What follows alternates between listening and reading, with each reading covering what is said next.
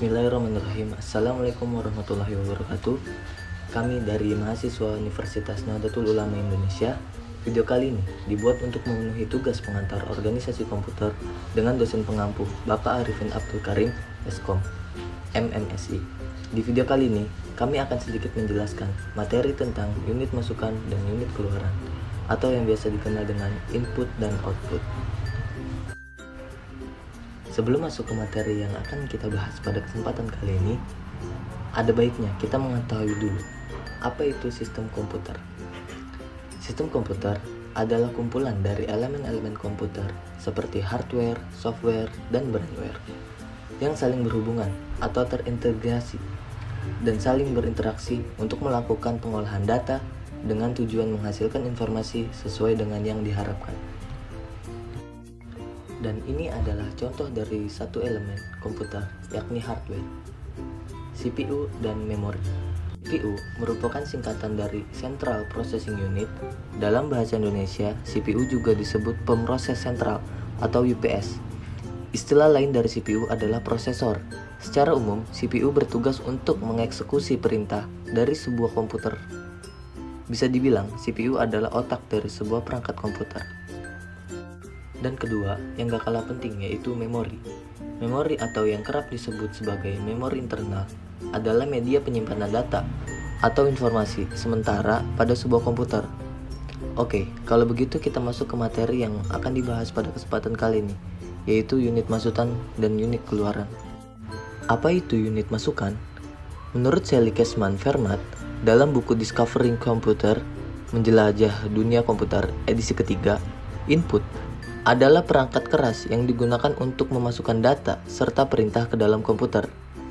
Sedangkan unit keluaran adalah perangkat elektronik yang terhubung dengan komputer yang digunakan untuk mengirim data dari komputer dalam bentuk teks, suara, gambar, atau media lainnya. Masuk ke penjelasan selanjutnya, yaitu fungsi modul input dan output. Modul input dan output adalah suatu komponen dalam sistem komputer yang bertanggung jawab atas pengontrolan sebuah perangkat luar atau lebih dan bertanggung jawab pula dalam pertukaran data antara perangkat luar tersebut dengan memori utama ataupun dengan register-register CPU. Dan fungsi menjalankan tugas bagi modul input dan output dapat dibagi menjadi beberapa kategori, yaitu ada kontrol perwaktuan. Kontrol perwaktuan merupakan hal yang penting untuk mensinkronisasikan kerja masing-masing komponen penyusun komputer. Yang kedua, ada komunikasi CPU. Adapun fungsi komunikasi CPU antara lain seperti command decoding, pertukaran data, status reporting, dan address reconnection. Yang ketiga, komunikasi perangkat eksternal. Contoh seperti meneruskan perintah atau command dari CPU ke device, meneruskan status dari device ke CPU, meneruskan data dari device ke CPU. Dan yang keempat, ada pembufferan data, berfungsi sebagai penampung data sementara, baik CPU atau memori maupun dari device. Dan yang terakhir adalah deteksi kesalahan. Deteksi kesalahan berfungsi sebagai pendeteksi kesalahan yang ditimbulkan oleh device apabila pada perangkat periferal terdapat masalah sehingga proses tidak dapat dijalankan, maka modul input dan output akan melaporkan kesalahan tersebut. Teknik masukan dan keluaran. Terdapat 3 buah teknik dalam operasi I/O, yaitu 1 I/O terprogram, 2 DMA Direct Memory Access, 3 Interrupt Driven I/O. Yang pertama, I/O terprogram.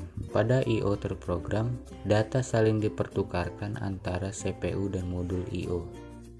CPU mengeksekusi program yang memberikan operasi I/O kepada CPU secara langsung, seperti pemindahan data, pengiriman perintah, baca maupun tulis, dan monitoring perangkat. Yang kedua, DMA Direct Memory Access. Channel DMA digunakan untuk mengkomunikasikan data antara perangkat periferal dan memori sistem. Tanpa DMA, CPU menyalin setiap bagian data dan tidak memungkinkan pekerjaan lain dilakukan sampai operasi selesai. Yang ketiga, Interrupt Driven I/O. CPU mengeluarkan perintah I/O pada modul I/O, lalu perintah I/O dijalankan modul I/O. CPU akan melakukan eksekusi perintah-perintah lainnya. Apabila modul I/O telah selesai menjalankan instruksi yang diberikan padanya, akan melakukan instruksi pada CPU bahwa tugasnya telah selesai. Saya Renaldi Gunawan di sini akan menjelaskan tentang perangkat periferal. Apa itu perangkat periferal? Perangkat periferal adalah salah satu kelompok perangkat yang terdapat pada sebuah komputer.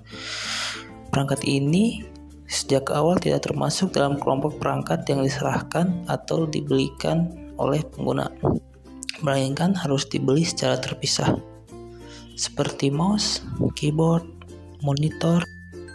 Baik, selanjutnya adalah fungsi periferal. Periferal berfungsi untuk mendukung sekaligus meningkatkan sistem komputer agar kinerja semakin maksimal sesuai kebutuhan yang diinginkan oleh penggunanya. Periferal terbagi menjadi dua jenis, yaitu perangkat input dan perangkat output. Perangkat input contohnya seperti keyboard dan mouse. Perangkat output contohnya seperti monitor dan printer. Baik, selanjutnya adalah fungsi periferal dikelompokkan menjadi dua, yaitu periferal utama dan periferal pendukung. Periferal utama adalah perangkat yang harus ada dan tersedia dalam pengoperasian sebuah komputer, misalnya seperti mouse, keyboard, dan monitor. Sedangkan periferal pendukung adalah perangkat yang tidak selalu dibutuhkan tetapi digunakan dalam situasi dan kondisi tertentu, misalnya seperti speaker dan printer. Terima kasih telah menonton dan mendengarkan video presentasi dari kami. Kurang lebihnya mohon maaf. Terima kasih.